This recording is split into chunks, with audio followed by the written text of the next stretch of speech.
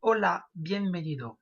Ahora vamos a ver cómo podemos describir una obra y lo importante que tenemos que tener en cuenta cuando estamos leyendo una obra. Bueno, vamos a ver lo importante para describir una obra. El título.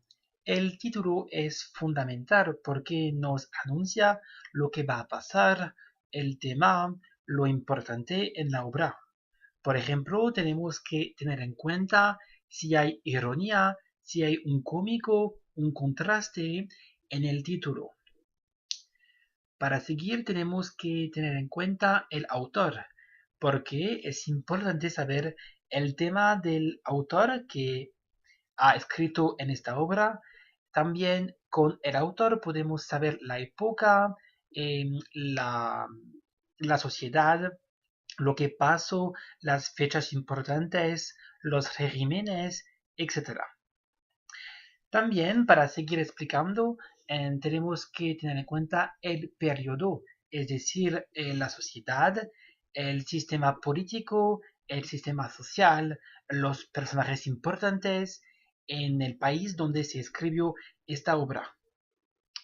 Los personajes también son importantes, hay que saber la sensación, el- las características de los personajes.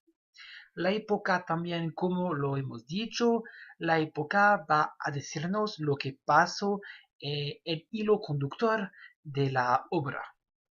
La fecha también es algo importante para saber, para reconocer el periodo. Por ejemplo, si tenemos una fecha, por ejemplo, en el siglo XX, sabemos lo que pasó en el siglo XX, por ejemplo, la Guerra Fría, las dos guerras mundiales, etc. El tipo de narración, es decir, si las distintas focalizaciones.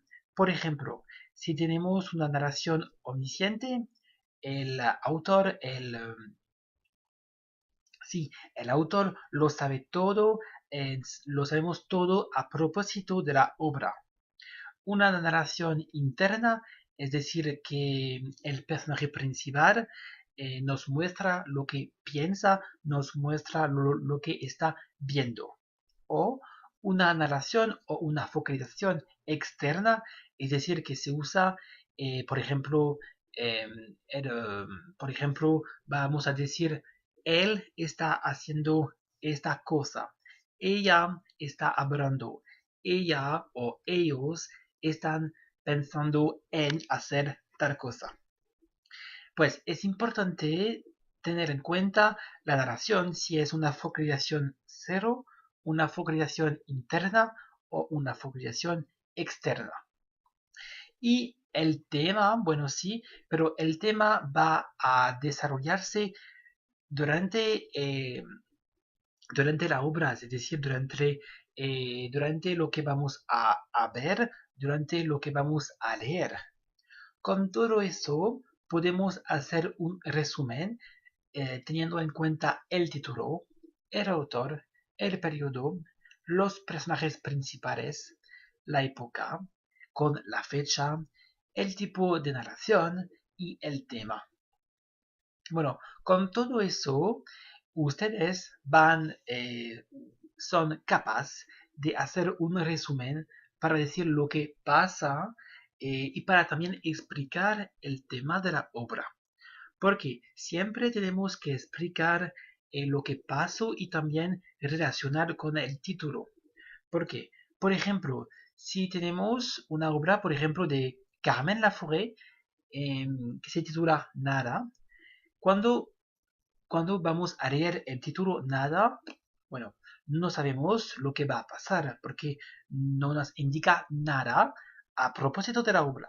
Pero leyendo el libro vamos a saber, por ejemplo, que nada significa la España después del siglo, después de los años 40, es decir, después de la guerra civil española, y nos enseña que significa que finalmente España no es nada, no queda nada en la España después de los años 40.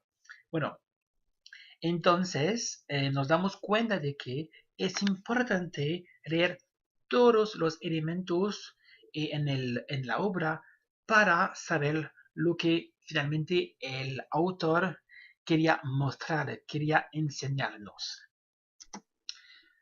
Voilà, cette vidéo est terminée. Je l'ai faite en espagnol puisque c'est important pour pouvoir traiter ce thème-là. Donc, pour parler finalement comment on pouvait faire pour résumer une œuvre en prenant compte tous ces éléments que j'ai donc indiqués. On se retrouve pour de prochaines vidéos ou vous pouvez aller sur le site espagnolpourtous.fr. Adios!